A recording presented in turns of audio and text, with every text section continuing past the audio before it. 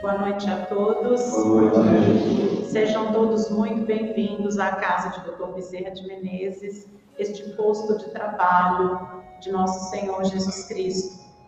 E para a preparação do nosso ambiente, nós vamos fazer uma leitura que está no livro Pão Nosso, de autoria do Espírito Emmanuel, pela psicografia do nosso amado Chico Xavier. É a leitura de número 10, que se chama Sentimentos Fraternos. Quanto, porém, à caridade fraternal, não necessitais de que vos escreva, visto que vós mesmos estáis instruídos por Deus, que vos ameis uns aos outros. Paulo, 1 Tessalonicenses, capítulo 4, versículo 9. Forte contrassenso que desorganiza a contribuição humana no divino edifício do cristianismo é o impulso sectário que atormenta enormes fileiras de seus seguidores. Mais reflexão, mais ouvidos ao ensinamento de Jesus, e essas batalhas injustificáveis estariam para sempre apagadas. Ainda hoje, com as manifestações do plano espiritual na renovação do mundo, a cada momento surgem grupos e personalidades solicitando fórmulas do além para que se integrem no campo da fraternidade pura, que esperam, entretanto, os companheiros esclarecidos para serem efetivamente irmãos uns dos outros. Muita gente se esquece de que a solidariedade legítima escasseia nos ambientes onde é reduzido o espírito de serviço e onde sobra a preocupação de criticar. Instituições notáveis são conduzidas à perturbação e ao extermínio, em vista da ausência do auxílio mútuo no terreno da compreensão, do trabalho e da boa vontade. Falta de assistência? Não. Toda obra honesta e generosa repercute nos planos mais altos, conquistando cooperadores abnegados. Quando se verifique a invasão da desarmonia nos institutos do bem, que os agentes humanos acusem a si mesmos pela defecção dos compromissos assumidos ou pela indiferença ao ato de servir. E que ninguém peça ao céu determinadas receitas de fraternidade, porque a fórmula sagrada e imutável permanece conosco no amai-vos uns aos outros. Vamos elevar os nossos pensamentos. Amado Mestre Jesus, Senhor das nossas vidas, rogamos que o Senhor nos envolva em suas vibrações amorosas, de paz, de fraternidade, de serenidade. Que estenda, amigo Jesus, sobre nós as suas mãos dadivosas e permita que desça sobre nós os seus fluidos divinos e salutares. Que o Senhor possa enviar os seus amados benfeitores a todos os nossos irmãos, cujos nomes se encontram nos nossos livros de preces, para que cada um, Senhor, seja socorrido e amparado conforme a necessidade que apresentarem. Que o Senhor dê forças a todos nós, Senhor, para que possamos vencer as nossas fragilidades morais. Que nesse momento em que iniciaremos o nosso estudo, possamos estar amparados pelos nossos mentores espirituais, a fim de que eles nos auxiliem na compreensão, mas principalmente na prática, no exercício das lições que nos serão hoje oferecidas. Rogamos que os benfeitores possam envolver o nosso irmão Hélio de novo nas suas vibrações, a fim de que ele possa apresentar com muita tranquilidade e serenidade esse estudo que com tanto amor ele preparou para nos brindar. Que o Senhor nos abençoe, que o Senhor esteja sempre nos amparando, nos guiando e que nós nos mantenhamos sempre dignos da sua presença entre nós, que assim seja. Meu irmão é de novo, a palavra é sua. Obrigado. Boa noite, meus irmãos, boa noite, minhas irmãs. Boa noite. Como é que chega a minha voz aí da última fileira? Estão ouvindo bem? Meus irmãos, uma alegria, a gente está aqui mais uma vez na casa de Jesus, na casa de Bezerra de Menezes, para trabalhar um tema que é extremamente pontual. Falar de fraternidade nas casas espíritas, falar do amai-vos, espíritas amai-vos, aquela orientação trazida pelo Espírito de Verdade. nos direcionando no sentido de tentar, de alguma forma, amarmos profundamente uns aos outros. Queria introduzir esse tema, Espíritas Amargos, Fraternidade da Casa Espíritas, lembrando de duas histórias que a gente talvez já tenha escutado. A primeira delas, o Evangelho segundo o Espiritismo 16, item 14, uma fala do Espírito Lacordaire. Lacordaire vai dizer que sem o intercâmbio sincero e fraternal entre os dois planos, não seria possível a regeneração. Então há um trabalho de cooperação do mundo invisível, utilizando da boa vontade, mesmo que parcial, dos trabalhadores encarnados, cheios de defeitos, mas há um trabalho de suporte do mundo espiritual, a fim de nos auxiliar na execução do trabalho. O texto inicial, a ideia que quero brincar, é com o capítulo 5 do livro Os Mensageiros, onde o Espírito Telésforo, quem veio do seminário na parte da tarde ouviu tudo isso de alguma maneira, Telésforo ele monta uma equipe, um grupo de trabalhadores que virão dar esse suporte aos trabalhadores da Terra. Então é um exemplo da fala de Lacordaire. E ele faz uma reunião e coloca algumas observações. E ele começa a dizer para aqueles companheiros que viriam nos auxiliar aqui na Terra, de nosso lar, de que no primeiro momento do Espiritismo, os combates eles aconteceriam de fora para dentro. Seriam resistência das outras religiões, seriam alguns segredos filosóficos feridos pelo conhecimento espírita, mas Telésforo nos alerta que depois desse momento fracassado, da tentativa de nos perseguir, os inimigos do Espiritismo, os inimigos de Jesus, iriam de alguma forma tentar fazer uma resistência de dentro para dentro. Então eles nos assediariam, eles fomentariam discussões, divisões, a fim de alguma maneira retardarem o processo de transformação da humanidade. Telésforo nos alerta que muitas vezes esses embates internos são realizados entre nós mesmos. Então não mais o outro contra, mas nós mesmos contra nós mesmos. Faz o alerta. Então o alerta seria a gente pensar em fraternidade nas casas espíritas. Eu quero, para iniciar, meus irmãos, trazer a fala pontual que deu origem ao tema da palestra. Capítulo 6, Evangelho segundo o Espiritismo, item de número 5, onde o Espírito de Verdade vai nos dizer: Espíritas, amai-vos. Eis o primeiro ensinamento. Espíritas, instruí-vos, este o segundo. Então o Senhor veio, o Espírito de Verdade veio nos dizer, nos convocar a amar. Primeiro ensinamento. Meus irmãos, fica bem claro então a ideia de que nós viemos ao planeta para aprender a amar. A meta da nossa vinda ao planeta é aprender a amar. O grande objetivo da vida é aprender a amar. E nós aprendemos a amar nos relacionamentos. Convivência com as pessoas e com as coisas, com os animais, com a vida, com o planeta. Então viemos aqui para aprender a amar. No segundo momento, ele diz: Espíritas, instruí-vos, como que nos dando uma ordenança, um caminho de entendimento. Deveríamos priorizar, para entendendo melhor a necessidade de amar, procurarmos exercitar esse amor e conquistá-lo profundamente. Então, Espíritas, amai-vos. Eis o primeiro ensinamento. E aí eu lembrei, meus irmãos, de uma fala de Jesus, registrada por João Evangelista, exilado na ilha de Patmos, lá no Apocalipse, capítulo número 2, versículo 4 e o início do versículo 5. João Evangelista, médium, nesse momento, dá passividade a Jesus. E veja, meus irmãos, mesmo sendo o evangelista que está na equipe do Espírito de Verdade, na codificação, ele pode ter ruídos na comunicação. Ele tem ruído na comunicação. Então aqui há um outro parênteses. Comunicações mediúnicas com ruídos não precisam ser totalmente excluídas. Excluímos apenas os ruídos. E extraímos da lição aquilo que for benéfico. Que João Evangelista diz assim, como se fosse Jesus: tenho, porém, contra ti que abandonaste o teu primeiro amor. Meus irmãos, o Cristo não tem nada contra nenhum de nós. Aqui está o ruído. Ele conhece o nosso coração. Ele sabe do nosso momento.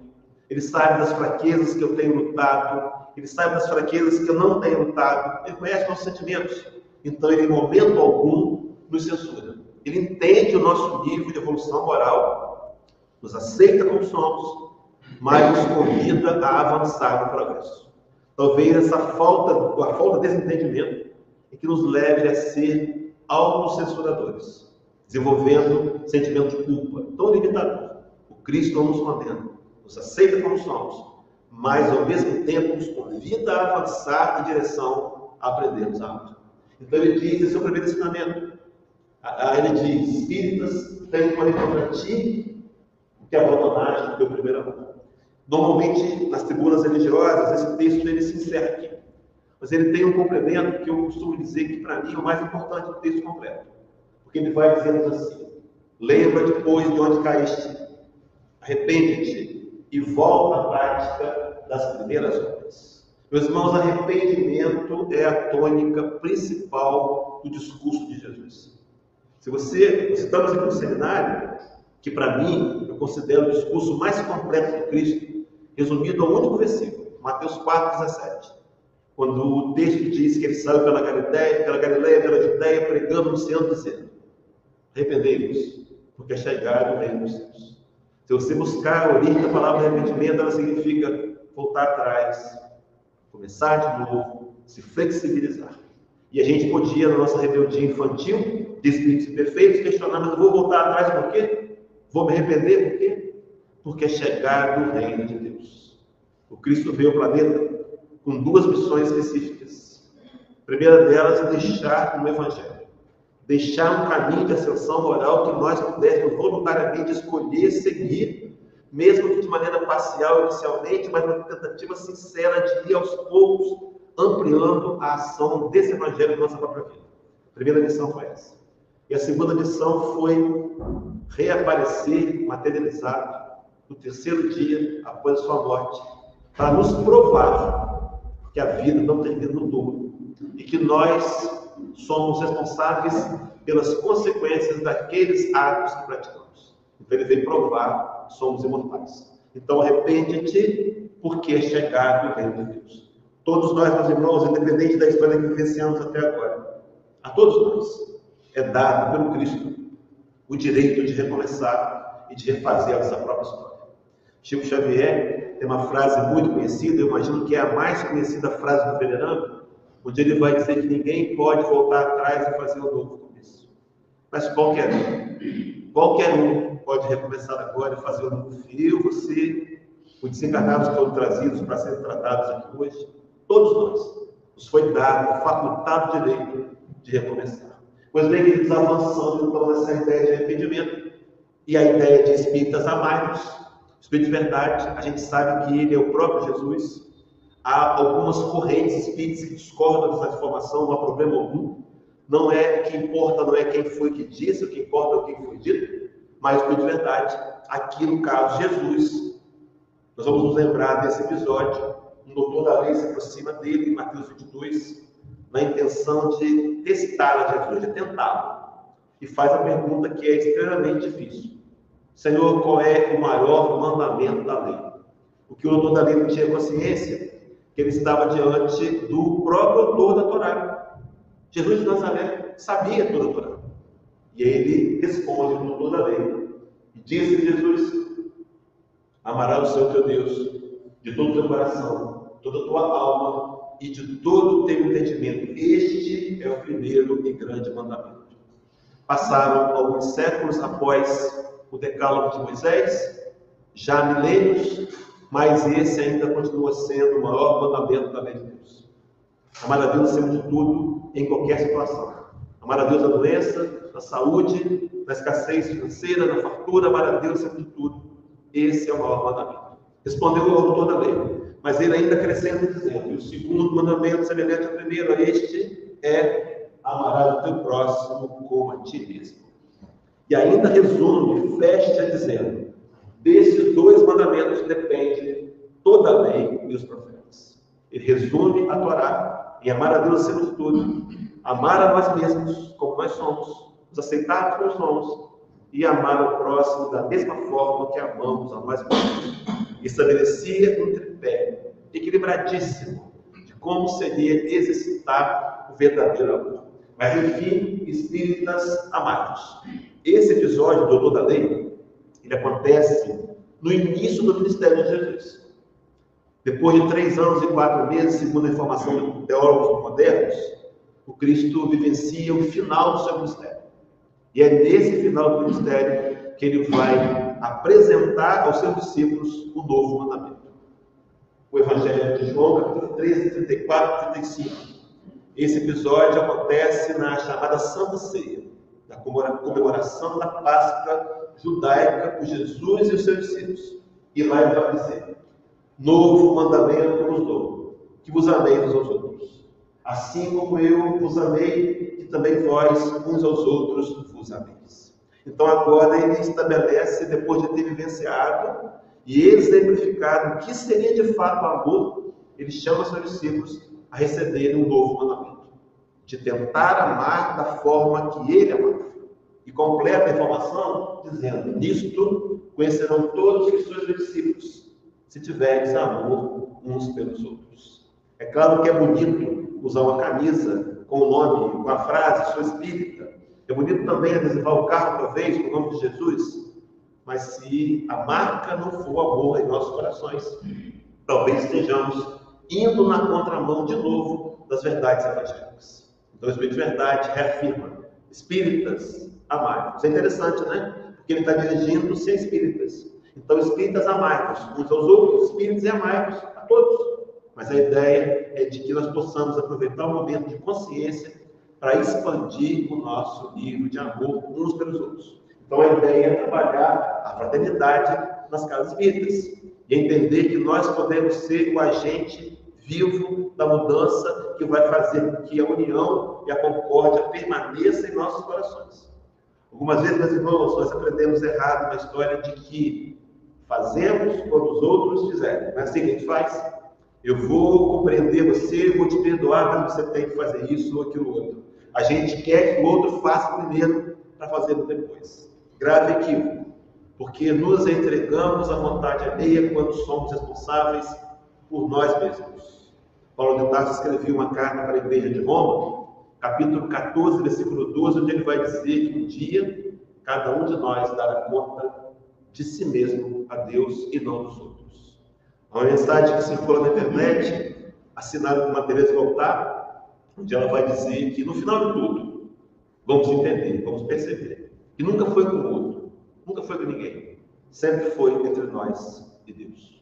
Então daremos conta do nível de amor que poderíamos ter conquistado e talvez por leviandade, por descuido, por indisciplina, não o alcançamos. Mas enfim, voltando para a ideia dos espíritos amai-vos, fraternidade da casa espírita. Qual é a proposta, meus irmãos? O que é fraternidade? A gente podia conceituar a fraternidade aqui buscando um dicionário de várias maneiras, sim, mas eu preferi linkar com a palavra fraternal. Fraternidade é o exercício da ação de ser fraternal. Fraternal é aquilo que ocorre entre pessoas unidas como irmãos. Então, fraternal é aquilo que acontece quando eu considero e percebo no outro meu irmão. Veja, meus irmãos, Paulo de Tarso, a gente fez um seminário aqui à tarde, Conversa da Casa Espírita, onde nós nos apoiamos em verdades trazidas por Paulo de Tarso e desenvolvemos uma metodologia de 3 pontos. Eu quero apresentá-la aqui resumidamente.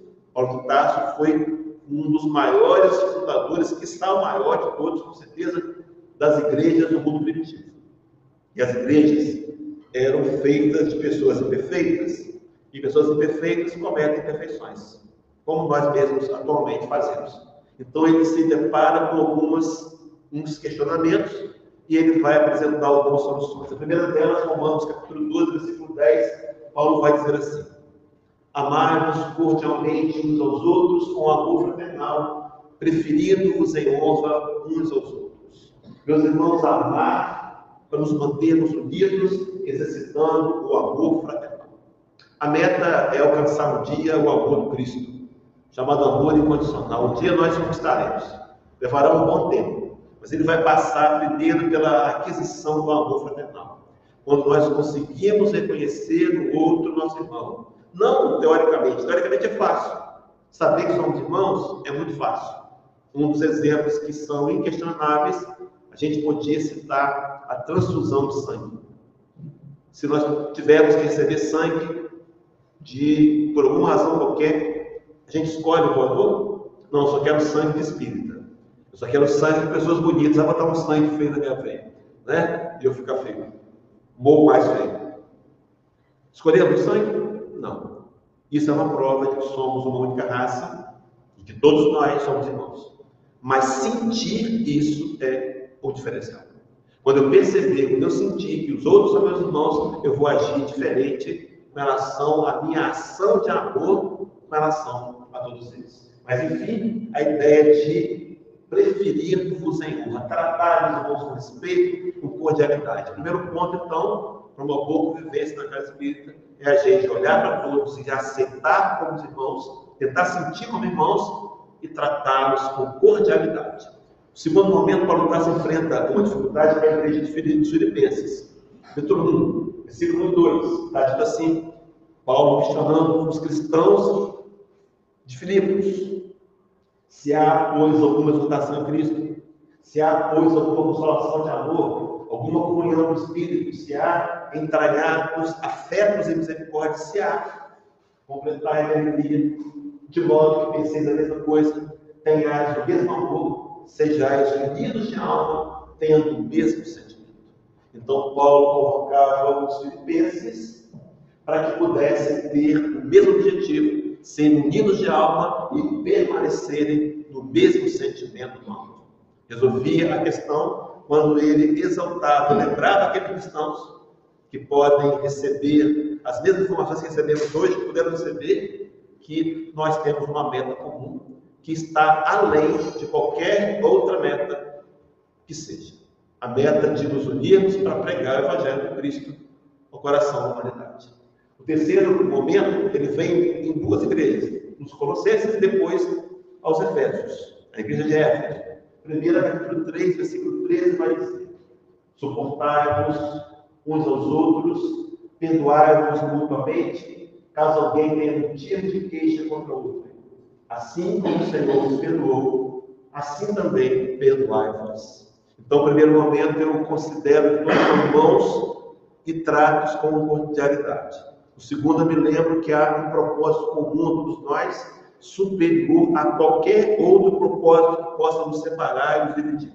E terceiro, eu preciso exercitar o perdão. É no mesmo problema da igreja dos Efésios, porque lá Paulo diz: antes sejam uns para com os outros benignos, compassivos, perdoando-vos uns aos outros, como também Cristo em Deus nos perdoou. O perdão como sendo a terceira ferramenta para melhorar nossa convivência e para nos ajudar a cumprir com o objetivo que assumimos no mundo espiritual e precisamos, de alguma maneira, ser relembrados para darmos conta dele. O perdão do Cristo. Lembremos do episódio da cruz, lembremos de Lucas 23, quando ele vai, diante daquele momento de zombaria, um grupo de imperfeitos, de ex-beneficiários zombam da crucificação, ele diz: Senhor, não era o Senhor que salvava todo mundo, agora desce da cruz, salva-te a ti mesmo. E ele faz aquilo que nos ensinou: orai por aqueles que os maltratam, perseguem, e diz: Pai, perdoa-lhes porque não sabem o que fazem. O Cristo compreende o nosso momento imperfeito. Somos nós, muitas vezes, que não entendemos. A censura não vem de Jesus, ela vem da gente mesmo, muitas vezes por ignorância. Então, as ferramentas são tentar lembrar que somos irmãos, procurar tratar uns aos outros com cordialidade. O segundo momento, lembrar que é um compromisso assumido no mundo espiritual por todos nós, no coletivo, de pregar esse Evangelho do Cristo de vivo no coração dos homens. E terceiro, exercitar o perdão, porque todos nós precisamos ser perdoados. Nenhum de nós está habilitado a atirar a pedra. Todos nós cometemos equívocos e temos que ser perdoados. Por isso, precisamos exercitar o perdão.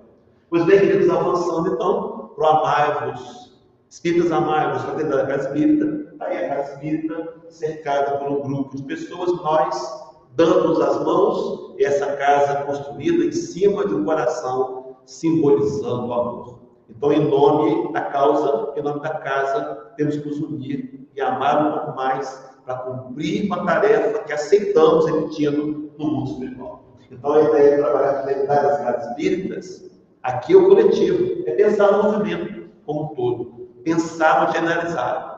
Por isso, meus irmãos, que no movimento espírita, companheiros do SEBEM vão a GEDIC e vão a outras casas, trocam informações, frequentam, servem lá também.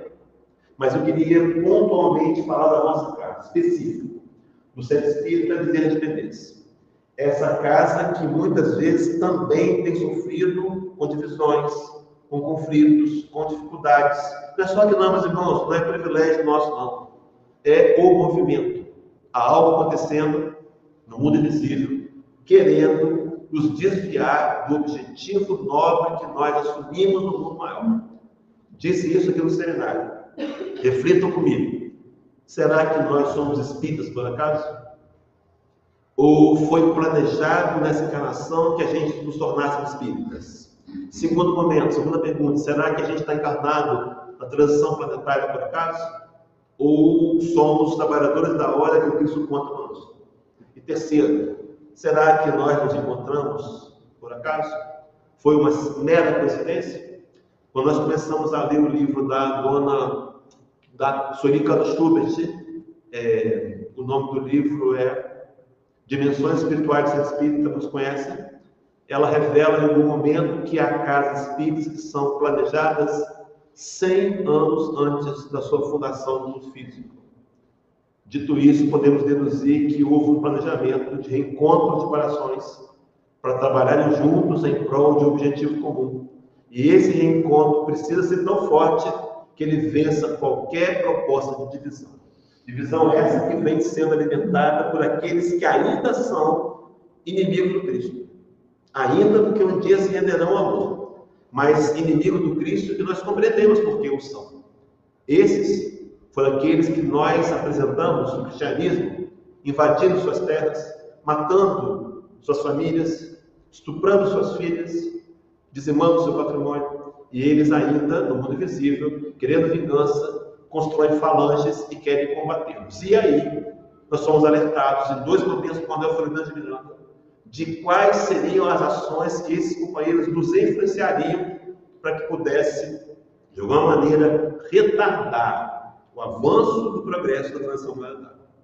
Então, Manuel Fernandes de Miranda, no primeiro livro, Desde a Libertação, no capítulo Gênio das Trevas, apresenta 4 ferramentas, meus irmãos. Nós viemos aqui para nos olhar. Será que eu, de alguma maneira, não estou cedendo a essas ferramentas e sendo eu a pedra de tropeço, um instrumento que o mal, entre aspas, tem se utilizado para fragmentar o movimento? Então, analise-se. Primeiro, ele fala da sexualidade. Meus irmãos e minhas irmãs, cuidado com a sexualidade desequilibrada. Ela tem sido o calcanhar de Aquiles de todos nós. Então é preciso ter respeito pelas companheiras e companheiros. Aqui não é um lugar de azaração, de paquera, não. É claro que pode haver relacionamento, né? As pessoas se conhecem. Mas não é aqui, não é o objetivo, não é esse. Cuidado com os olhares, com a sedução, com as insinuações. Podem ser ferramentas que derrubam muitos companheiros. Inclusive cedendo a impulsos outros que podem levar ao relacionamento paralelo, extraconjugal, que quando vem à tona, criam escândalos tremendos que são relacionados ao espiritismo, e não somente ao companheiro. Então, uma das Fernandes de Menezes alertou-nos para que aqui no ambiente espírita, todo cuidado, todo respeito é fundamental. Segunda ferramenta, ele falaria do narcisismo. Essa tendência da gente achar que é melhor, esse se vangloriar que constrói a vaidade. Meus irmãos, nós temos perdido muitos bons trabalhadores que se começam a se acreditar substituíveis e alimentam a vaidade. Nenhum de nós é substituível. Cuidado com a vaidade. Ela é filha do orgulho. Ela é derivada do orgulho. Ela pode nos levar a acreditar em inventários e nos derrubar algumas vezes. As ferramentas seguintes são a sede de poder atrelada à ambição da riqueza. Essas duas nos derrubaram no século III. Essas duas têm derrubado algumas encarnações. O desejo, a sede de poder e a ambição da riqueza. Meus irmãos, não podemos, alertados que estamos, repetir mais uma vez os mesmos erros. Não podemos. Porque somos assediados a, por exemplo, querer levar vantagem financeira ou de prestígio por conta do espiritismo. Tem empresários, infelizmente já tem, que enxergam o espiritismo filão financeiro. Nós somos, segundo o último censo, 6 milhões 360 mil espíritas. É um número bem aquém da realidade, porque nem todos nós respondemos o censo. Mas o fato é que 6 milhões podem virar recursos monetários. Cuidado com a tendência que nós fizemos no passado, de querer levar vantagem financeira vendendo a nossa fé. Então, nós somos alertados pelo desejo de poder e pela ambição das riquezas. Esse livro é de 2005, parece, o ano dele. Mais para frente, mais recente é o livro, de novo, do Fernando Fernando, do livro Amanhecer de uma Nova Era, capítulo 13, Atendimento Coletivo, onde ele vai trabalhar 6 ferramentas que os inimigos do Cristo iriam utilizar para tentar nos envolver numa trama, para dividir, para criar constrangimento, para fazer passarmos vergonha e para, de alguma maneira, retardar o progresso da humanidade. Sim, meus irmãos, nós temos informação, irmãos, que vai unificar o pensamento religioso do mundo. Não é utopia nem exagero, não. Nós temos a informação que vai fazer cumprir a profecia de Jesus em João 10,16. Ele disse que um dia seremos um só rebanho, teremos um único pastor. Uma metodologia religiosa / teológica que vai nos ajudar a olhar a todos como irmãos e deixar de lado diferenças religiosas, sexuais, políticas, de nacionalidade, de qualquer que seja. Porque nós vamos efetivamente perceber e sentir que somos irmãos. Mas as 6 ferramentas, a primeira delas, eles iriam semear discórdia. Será, meu irmão, minha irmã, que eu não tenho sido eu o disseminador, o semeador de discórdias, disseminador de discórdias? Será que eu não tenho estado no vigilante? Posso estar sim, dizendo coisas que eu vi, olhando o companheiro com um olhar cruzado do que me disseram. Segunda ferramenta, eles iriam gerar enfrentamentos. Segundo livro, muitas vezes por questões banais. Por exemplo, há uma dissensão, pelos que acompanham o movimento sabem disso.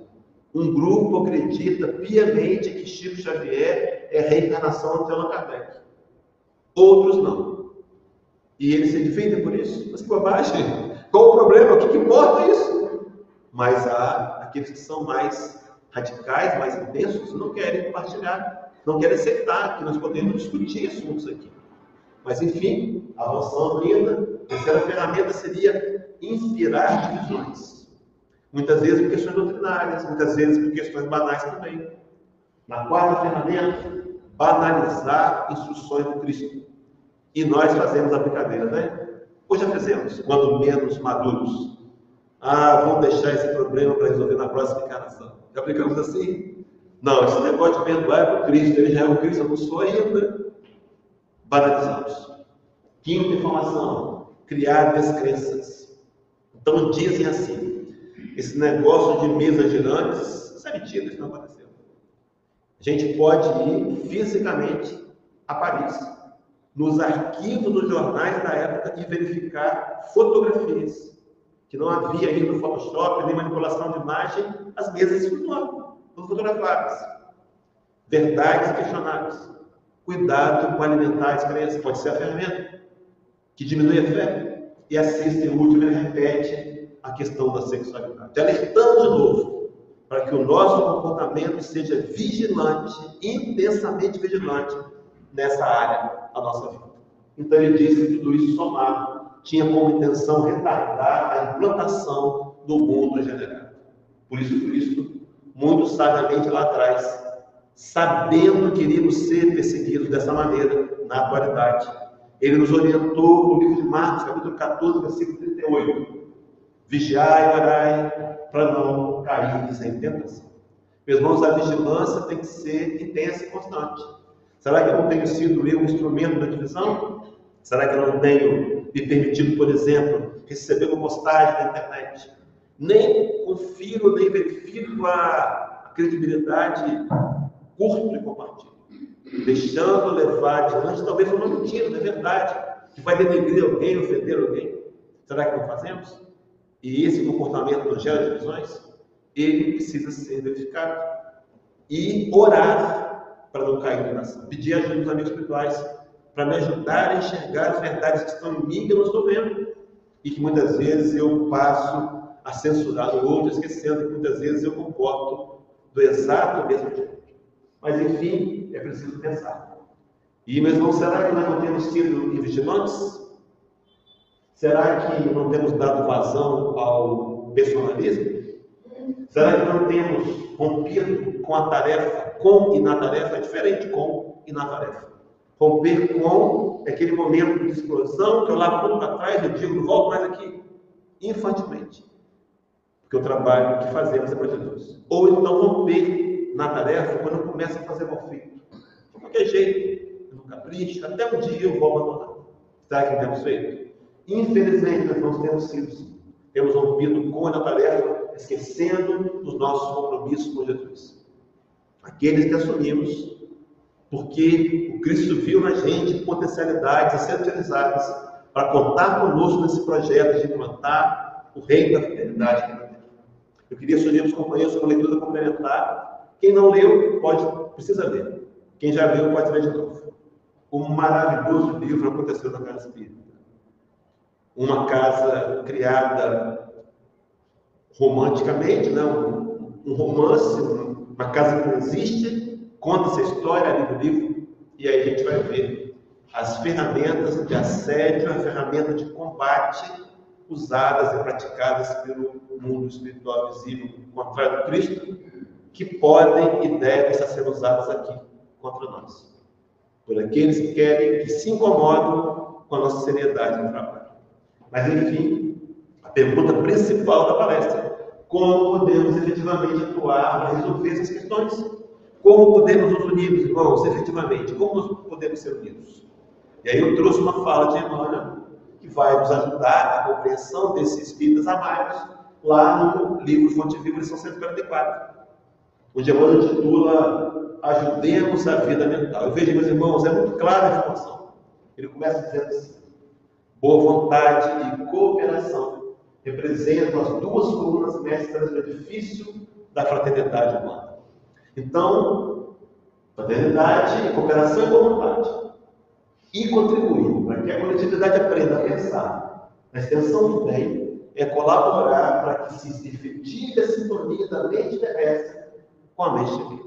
Então, o nosso trabalho como cristãos espíritas, na tribuna ou fora dela, em qualquer trabalho que seja, será tentar mostrar para as pessoas que há uma mente divina, que pensa mais alto, que pensa no amor, que pensa no bem, e tentar nos convidar a equalizar a nossa mente humana imperfeita com essa mente divina. Mas eu queria entender aqui nas ferramentas da boa vontade, da cooperação. Vamos analisá-las? Porque se elas são colunas mestras da fraternidade humana, elas também serão as colunas mestras da fraternidade na casa. Então, até aqui, meus irmãos, tivemos 5 ferramentas a serem questionadas. A primeira delas, será que temos tratado nossos irmãos cordialmente, com amor fraternal? Segunda, será que eu tenho entendido que nós temos uma meta comum que deveria nos unir em nome do nosso objetivo, do nosso compromisso assumido no mundo espiritual? Terceiro, será que eu tenho trabalhado o perdão, meus absolvimentos aqui na Casa Espírita? E terceiro, e quarto e quinto, será que eu tenho tido boa vontade? Será que eu tenho tido cooperação? O que é boa vontade? Foi até o dicionário para a gente poder definir.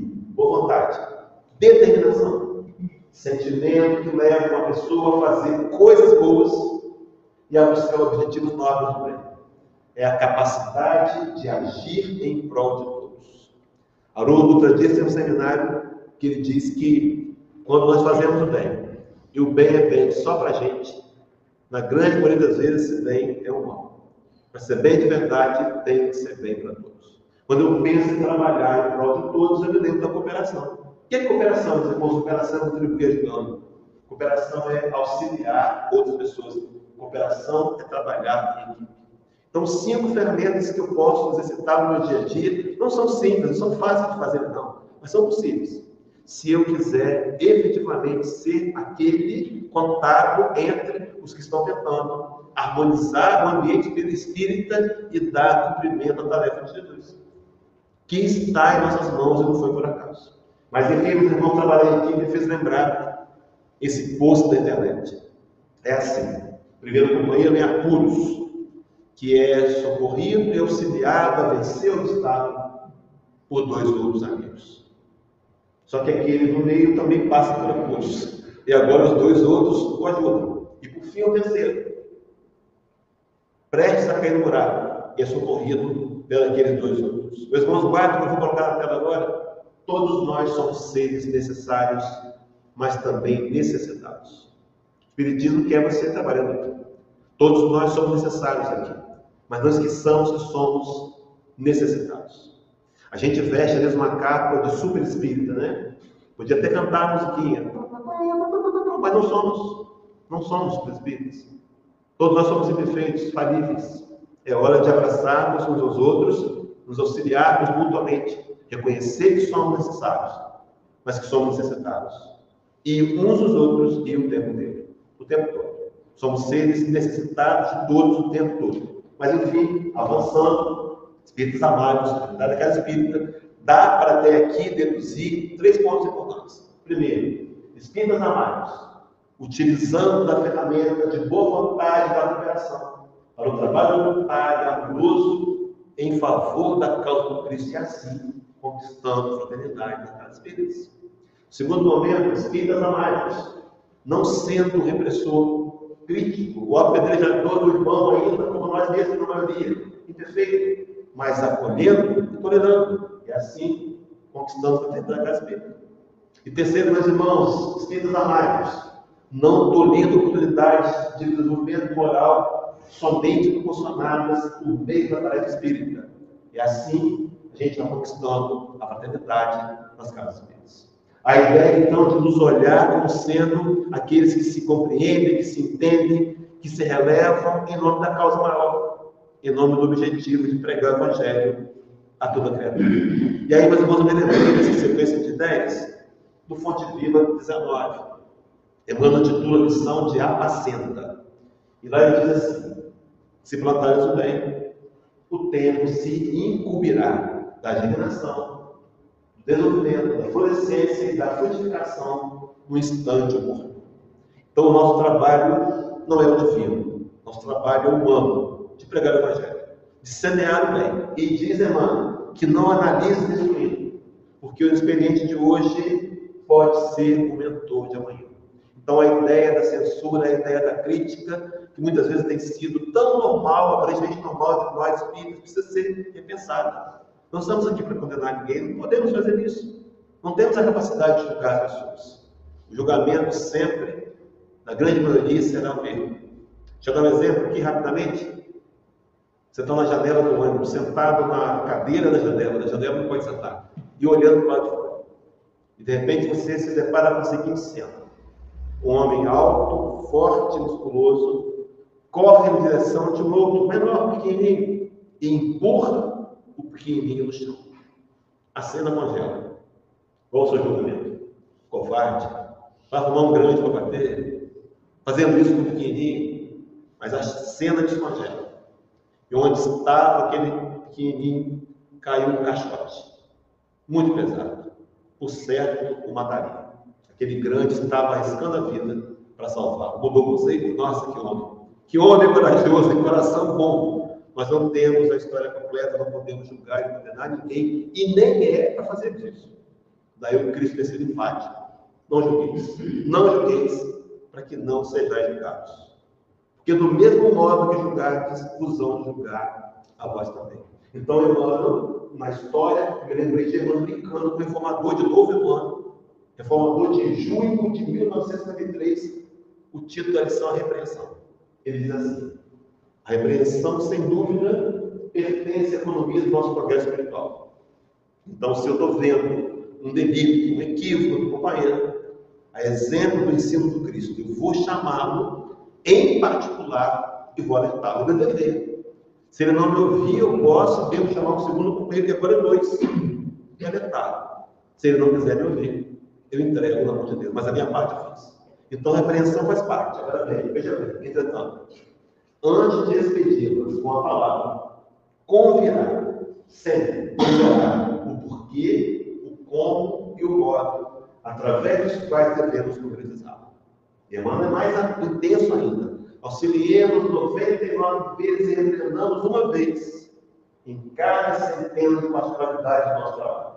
Quem efetivamente auxilia, diverte com proveito real. e conclui assim: a educação exige piedade, a educação exige apoio fraternal, a educação exige constante recapitulação de ensinos para que se evidencie no campo da vida.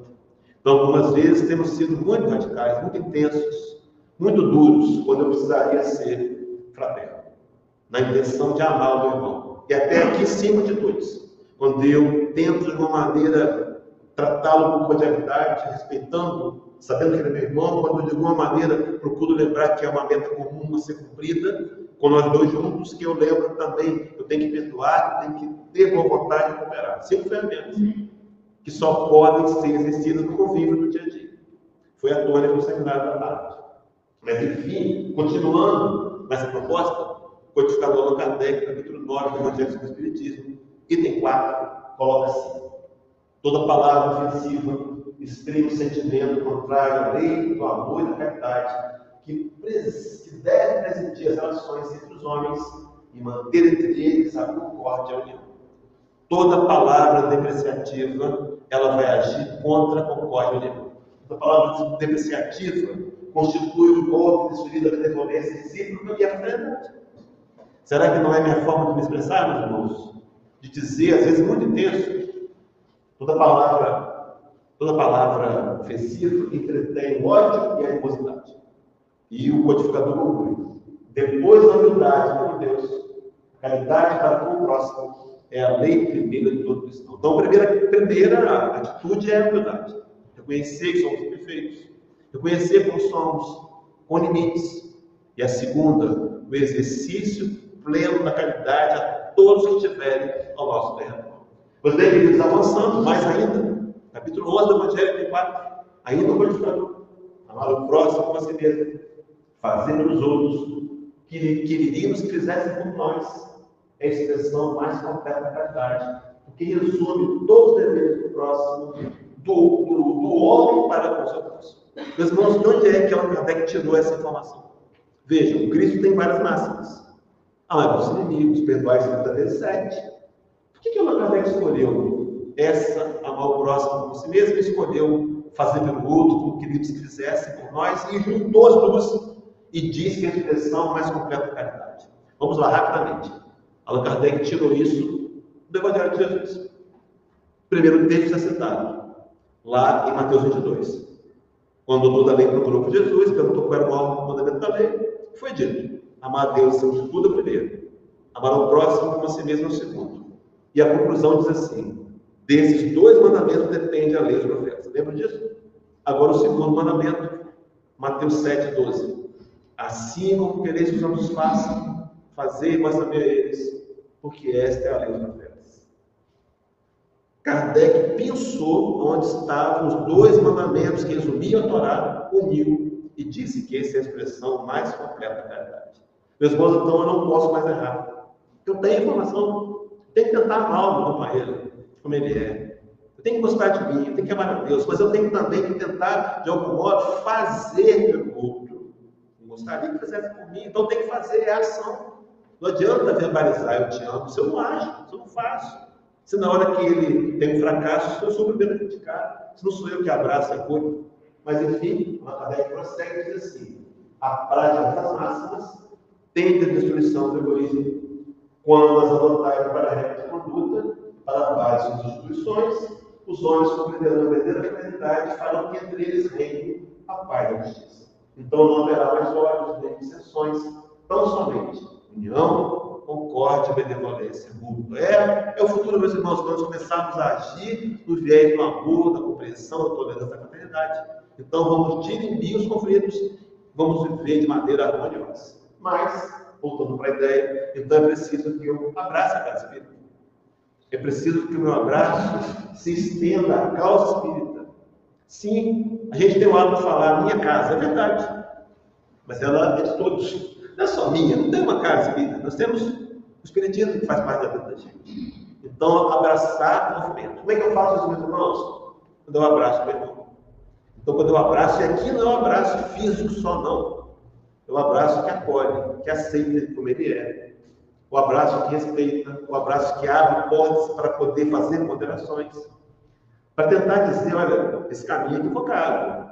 Se não quer repensar a sua atitude, é preciso abraçar.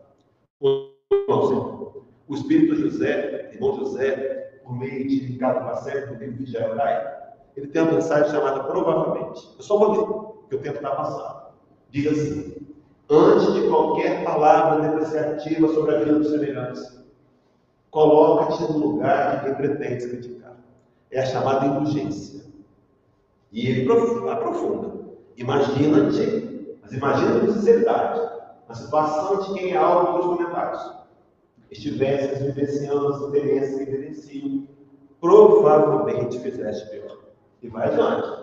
Caso sofresse o que sofre, é possível que não te mantivesses com tanta dignidade.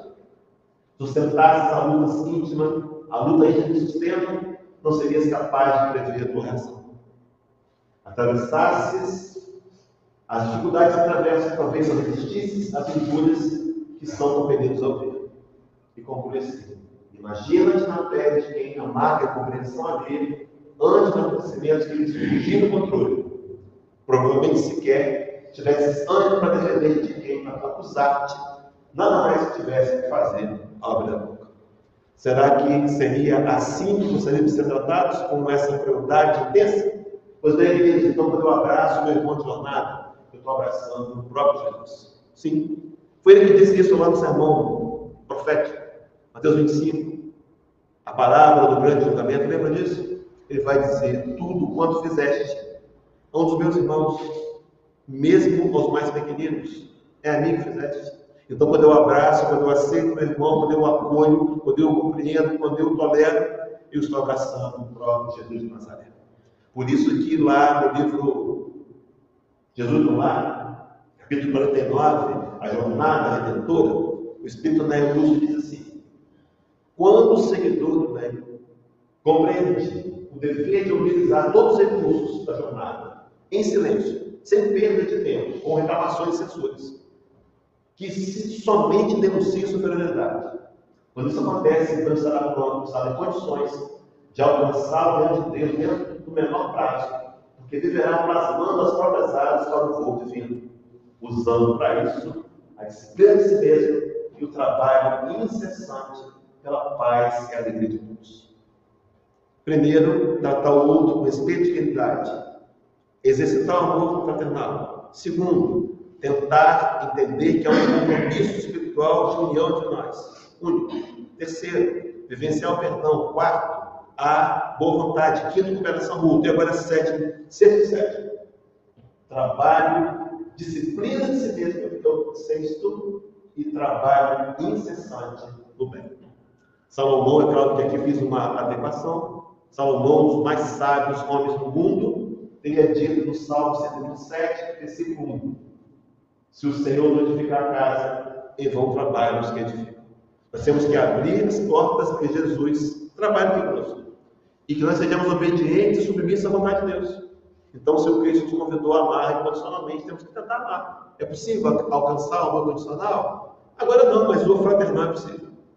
Agir nessa proposta de interação e de união é possível. Vou terminar uma história que não foi contada, como está escrita, aconteceu lá no Espírito Santo. Em 1985, a história pode revelar isso para a gente. A Federativa do Espírito Santo estava rompida com a fé. Rompida, veja. Abandonamos a cadeira do Conselho Espírita, me fugiu de terminologia. Com fé. Abandonamos a cadeira. Tem um nome bom, isso não pode. Sério, Conselho, bom, admiro, mas não sentido.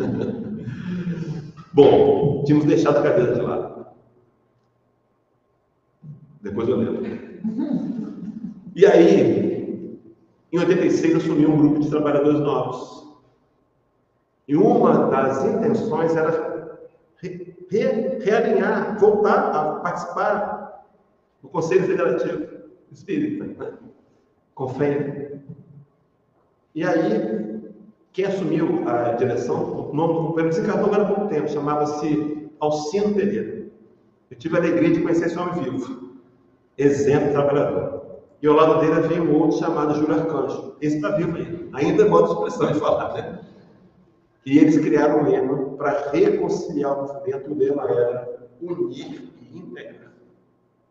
E a proposta fica das mãos para a gente refletir. Será que a minha atitude tem sido de unir?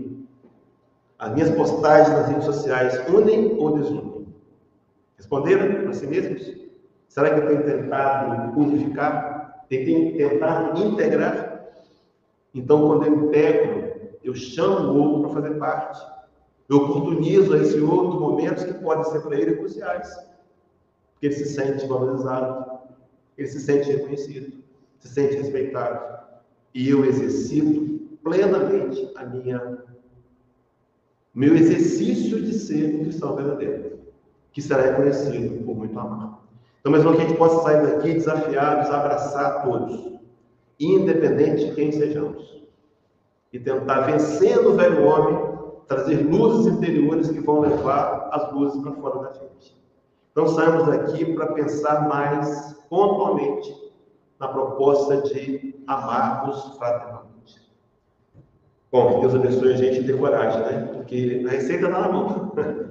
Tomar o remédio é outra questão, né? Mas que a gente possa sair daqui, a prece foi feita, né, de intercessão, e a Roseli pediu, né, que a gente pudesse sair daqui para tentar praticar o que nós ouvimos, né? Que Deus abençoe e nos atenda essa prece. Paz e luz a todos nós.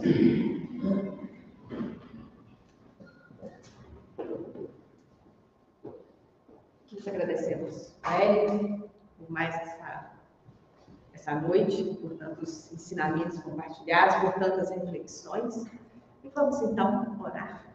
Orar a Deus, a Jesus nosso Mestre, a equipe espiritual de nossa casa, agradecendo pela oportunidade de estarmos aqui.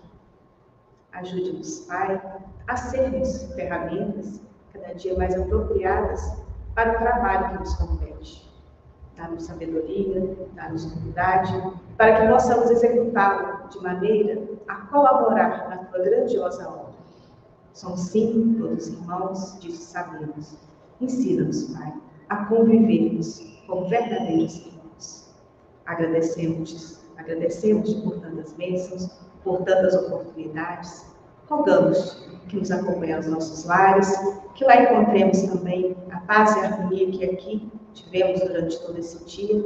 E principalmente, Pai, que os teus trabalhadores visitem a tantos lares onde ainda campeia a desarmonia, o sofrimento, as dificuldades. Que eles visitem cada lar, visitem cada coração, levando o letivo, levando o consolo a todos. Obrigada, Pai, por tudo, por esta noite maravilhosa. E que assim seja.